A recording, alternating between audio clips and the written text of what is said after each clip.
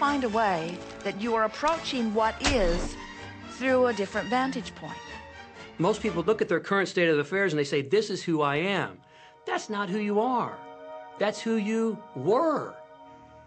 You see, if you look at your current state of affairs right now, let's say, for instance, that you don't have a lot of money in your bank account, or you don't have the relationship that you want, or your health and fitness isn't up to par. That's not who you are. That's the residual outcome of your past thoughts and actions.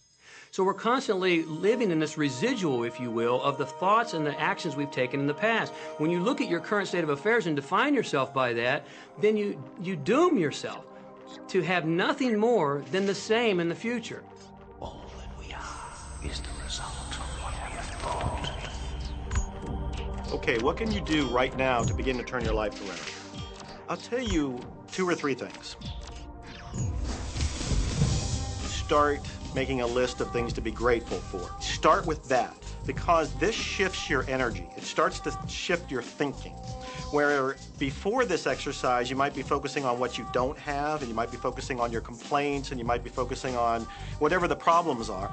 When you do this exercise, you start to go in a different direction. You start to be grateful for all the things that you feel good about. Gratitude is absolutely the way to bring more into your life. Every man knows that when his wife's appreciating him for the little things he does, what does he want to do? He wants to do more. It's always about appreciation. It pulls things in. It attracts support. I've said for many years that whatever we think about and thank about, we bring about. Because that's that feeling that you have to have, you know. And so for me, it's been such a powerful exercise every morning to get up and say thank you. Every morning when my feet hit the floor, thank you. And then I start running through what I'm grateful for as I'm going to brush my teeth and do the things I do in the morning. And I'm not just thinking about them and doing some rote routine, but I'm putting it out there and I'm feeling the feelings of gratitude. Because as soon as you start to feel differently about what you already have, you will start to attract more of the good things, more of the things you can be grateful for. Because you can look around and say, well, look, I don't have the car I want, I don't have the house I want, I don't have the health I want, I don't have the spouse I want. Whoop, back up, back up. Those are all the things you don't want. Focus on what you already have that you're grateful for. And it might be you have the eyes to watch this. It might be the clothes that you have. Yes, you might prefer something else, and you might get something else pretty soon if you start feeling grateful for what you have.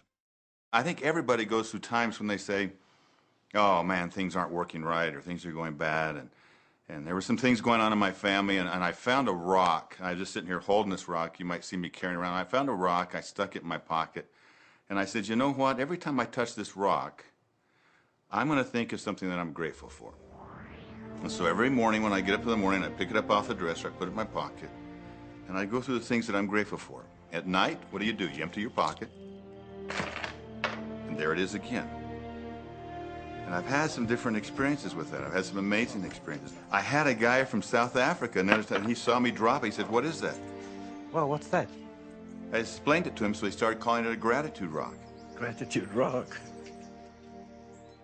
2 weeks later, I got an email from him from South Africa. He said, my son is dying from a rare disease. It's a type of hepatitis. He said, would you send me 3 gratitude rocks? Now, they're just rocks I found off the street, you know? So I said, sure. I had to make sure that the rocks were very special. And so I went out to the stream, looked, picked out the right rocks, and sent them off to him. 4 or 5 months later, I get an email from him. He said, my son's better. He's doing terrific. And he said, but you need to know something. He says, we've sold over 1,000 rocks at $10 a piece as gratitude rocks, and we've raised all this money for charity. Thank you very much. And so it's very important to be in an attitude of gratitude, as I call it. Another thing that I would suggest that you do right now to turn your life around, and this is so huge that I can't find the words to describe just how powerful this can be for you.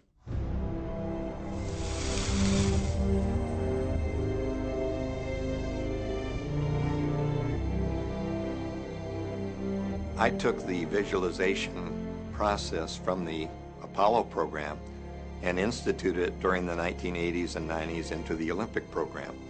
And it was called Visual Motor Rehearsal.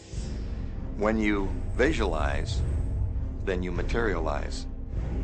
And the interesting thing about the mind is we took Olympic athletes and then hooked them up to sophisticated biofeedback equipment and had them run their event only in their mind.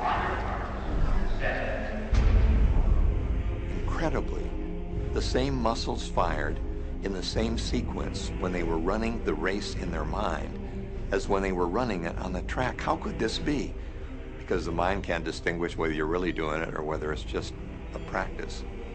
I think if you've been there in the mind, you'll go there in the body. When you're visualizing, when you've got that picture playing out in your mind, always and only dwell upon the end result.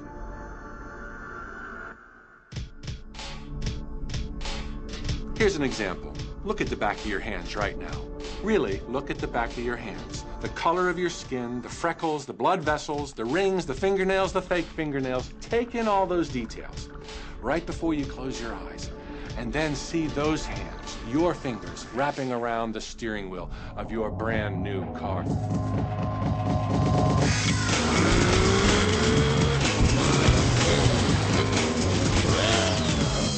This is such a holographic experience, so real in this moment, that you don't even feel like you need the car because it feels like you already have it. It's the feeling that really creates the attraction, not just the picture or the thought. And I think for a lot of people, they think, well, if I think positive thoughts, or if I visualize having what I want, that'll be enough.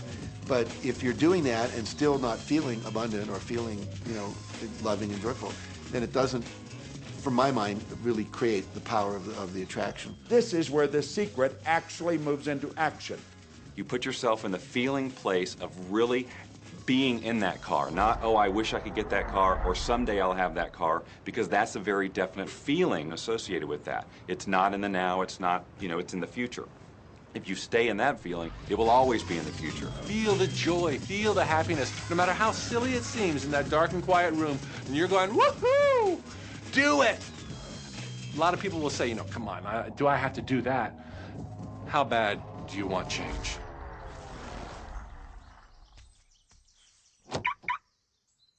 Now that feeling and that inner seeing will begin to be an open doorway through which the power of the universe will begin to express.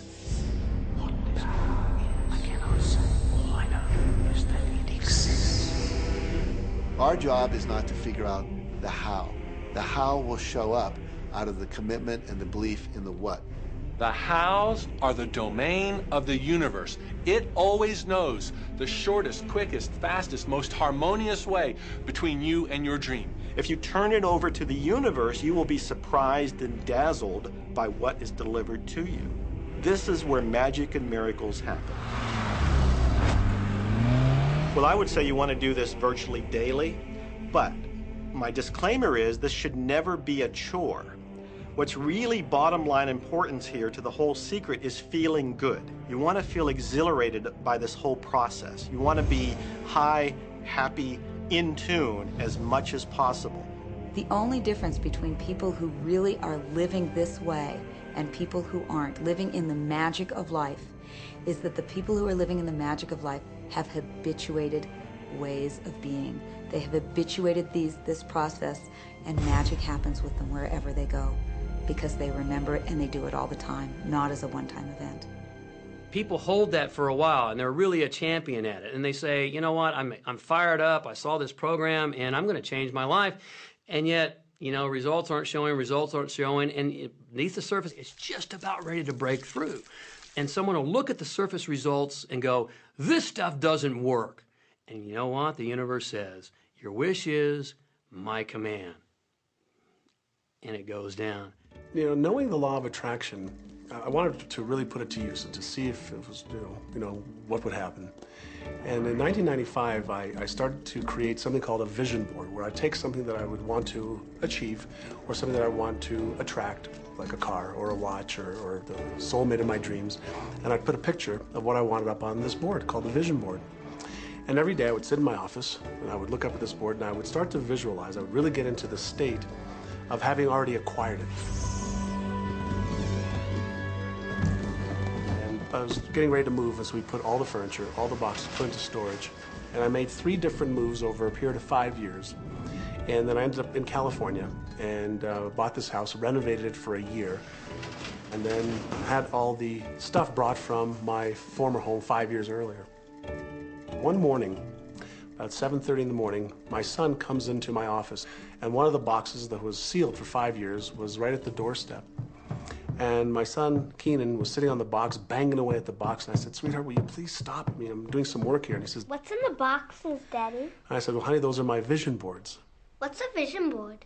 I said, "Well, it's where I put all my goals up. I cut them out and I put all my goals up as something that I want to achieve in my life." And of course, at 5.5 years old, he didn't understand it. So I said, "Sweetie, let me just show you, because that'll be the easiest way to do it." And so I cut the box open. And when I pulled up the vision boards, there was a picture on there of a home that I was visualizing 5 years earlier. And what was shocking to me was we were living in that house, not a house like it. I had bought my dream home, renovated it, and didn't even know it. But I looked at that house, I started to cry because I was just blown away. Why are you crying? Honey, I finally understand how the law of attraction works. I finally understand the power of visualization. I finally understand everything that I've read, everything that I've worked with my whole life, the way I've built companies. It worked for my home as well. And I bought our dream home and didn't even know it.